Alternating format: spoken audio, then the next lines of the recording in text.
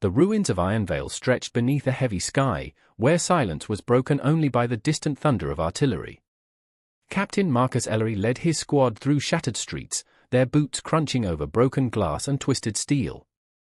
Once, Ironvale had been a thriving city of factories and markets, alive with workers and families, but now it was a graveyard of memories. Marcus carried the burden of command heavily, knowing that every decision could cost lives. His orders were clear. Secure the old railway depot, a vital crossing point that the enemy used to funnel reinforcements.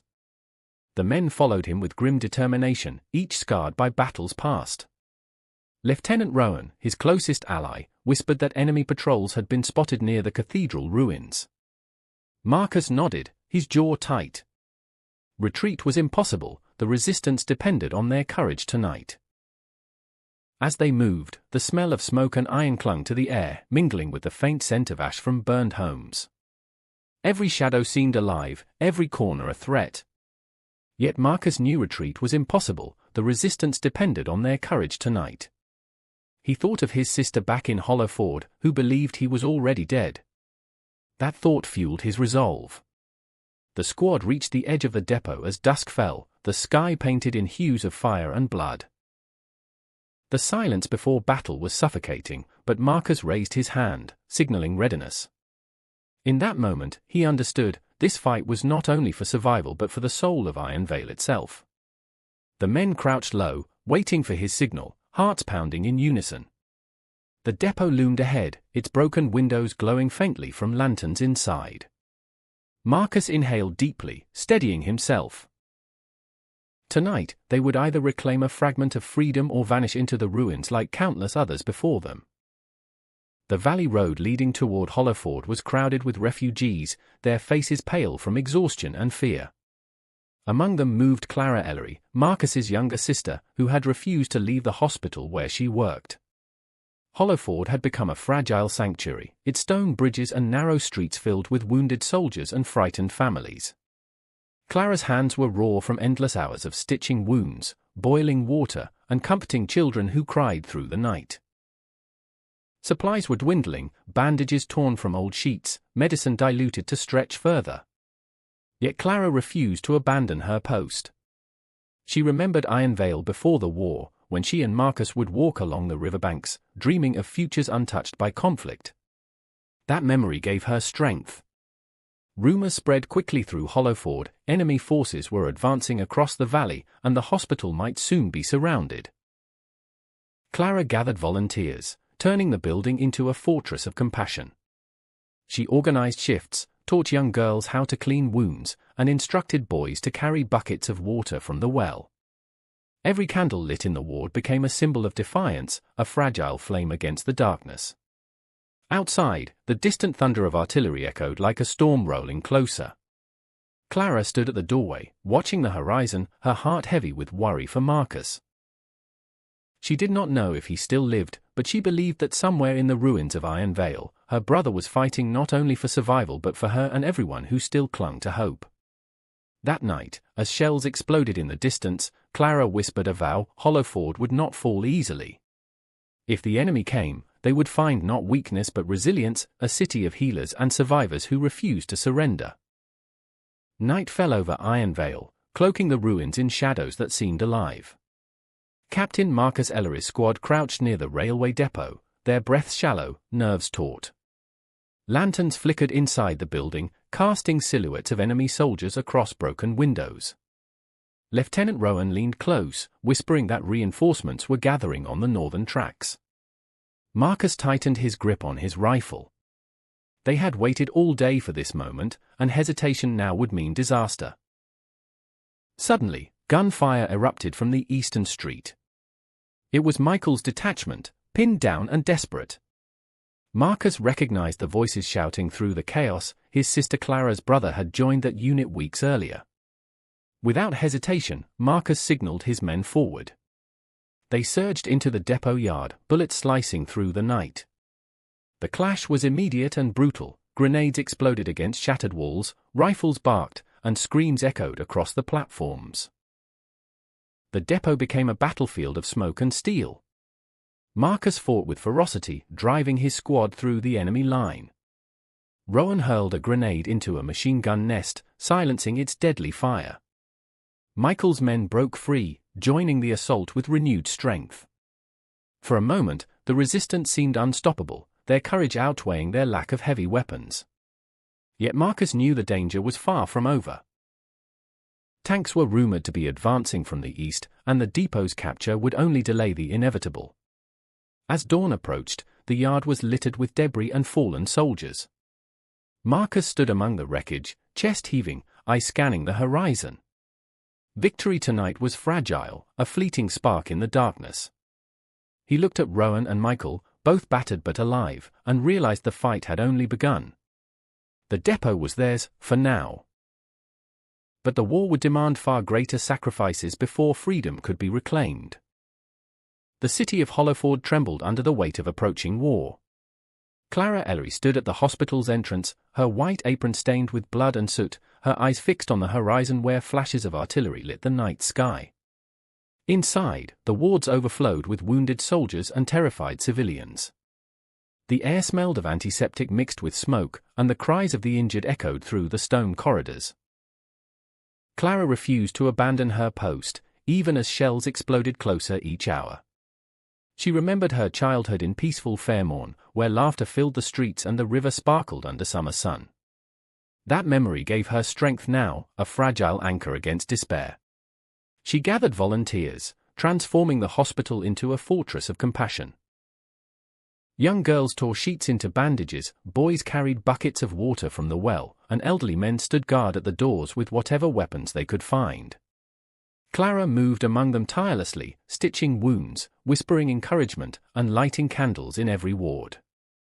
Each flame became a symbol of defiance, a fragile light against the encroaching darkness. Outside, resistance fighters clashed with enemy patrols, their silhouettes dancing in firelight. Hollowford's narrow streets echoed with gunfire, but Clara's hospital remained a beacon. Families huddled together in the basement, children clutching dolls or scraps of bread, their eyes wide with fear. Clara knelt beside them, promising safety even when her own heart trembled. She thought of Marcus, uncertain if he still lived, but she believed that somewhere in Ironvale her brother fought not only for survival but for her and everyone who still clung to hope. That night, as the city shook under bombardment, Clara whispered a vow: Hollowford would not fall easily. If the enemy came, they would find not weakness but resilience, a city of healers and survivors who refused to surrender. The railway depot of Ironvale smoldered after the night's battle, its platforms littered with debris and broken steel. Captain Marcus Ellery stood among the ruins, his chest heaving, eyes scanning the horizon. The resistance had won a fragile victory, but the roar of engines in the distance warned of new danger. Tanks were advancing from the east, their silhouettes already visible against the rising sun. Marcus knew his squad had no heavy weapons to counter them. Courage alone would not stop armored columns. He gathered his men quickly. Lieutenant Rowan suggested retreat, but Marcus shook his head. If those tanks cross the central bridge, Hollowford will fall within days, he said firmly. The plan was desperate: collapse the bridge before the enemy could use it. Rowan led a small team with explosives, racing through alleys while Marcus and Michael's detachment provided cover. The streets echoed with gunfire as enemy patrols closed in. Every second mattered. Rowan's team reached the bridge, planting charges beneath its cracked arches. The tanks rolled closer, their engines growling like beasts. Marcus shouted orders, his voice rising above the chaos. Bullets tore through the air, grenades exploded, and the ground shook beneath their feet. Then came the thunderous blast. The bridge collapsed in a storm of stone and steel, plunging into the river below. The tanks halted, cut off from their path. For a fleeting moment, victory seemed possible. The men cheered, their spirits lifted by the destruction of the enemy's advance. Yet Marcus felt no triumph. He knew the war was far from over. The depot was theirs, the bridge destroyed, but the enemy would regroup. Hollowford remained in peril, and the resistance would need to fight again tomorrow, and the day after, until freedom was more than a dream whispered in the ruins. The hospital in Hollowford shook under the impact of nearby blasts, its stone walls trembling as if they might collapse at any moment. Clara Ellery worked through exhaustion, her hands trembling but steady enough to stitch wounds and bind broken limbs. The wards were crowded with soldiers and civilians alike, their faces pale from fear and pain. The smell of antiseptic mixed with smoke filled the air, and the cries of the injured echoed through the corridors. Clara refused to rest, moving from bed to bed, whispering encouragement, offering water, and lighting candles that flickered against the darkness. A boy named Samuel, no older than 10, clung to her apron and asked if the war would end soon. Clara could not answer truthfully, but she promised to keep him safe. That promise became her anchor, a vow she repeated silently with every patient she treated. Outside, resistance fighters clashed with enemy patrols in the narrow streets, their silhouettes dancing in the firelight. The city was alive with chaos, yet inside the hospital Clara fought her own battle to preserve compassion in a world determined to erase it. News reached her that Marcus and Michael had destroyed the central bridge, halting the enemy's tanks. Relief surged through her, though uncertainty gnawed at her heart. Was Marcus still alive? She did not know, but she believed he was fighting for her, for Samuel, for everyone who still clung to hope. That night, as Hollowford trembled under bombardment, Clara stood at the hospital doorway. She looked at the frightened families huddled in the basement, at the wounded soldiers who refused to surrender, and she whispered a vow Hollowford would endure. Even if the city burned, its spirit would remain unbroken. The remnants of Marcus Ellery's unit regrouped after the destruction of the bridge, battered but alive. The men carried scars from the depot battle, yet their spirits remained unbroken. Michael, though wounded, insisted on marching beside his comrades. Together with Lieutenant Rowan, Marcus began planning their next move, liberating Hollowford before it fell completely under siege. The march was relentless, cutting through forests blackened by fire and villages reduced to rubble. Along the way, they encountered refugees, families dragging carts of belongings, children clutching toys, elders leaning on sticks. Their stories of atrocities fueled the resistance's resolve. Marcus felt the weight of leadership pressing harder than ever. Each decision could mean life or death, and the faces of his men haunted him. He remembered Ironvale before the war, when laughter filled the streets, and he wondered if such peace could ever return. Rowan reminded him that the resistance was more than soldiers, it was the last breath of freedom struggling to survive. That thought steadied Marcus's resolve. As they neared Hollowford, the sound of artillery grew louder, mingling with the cries of civilians.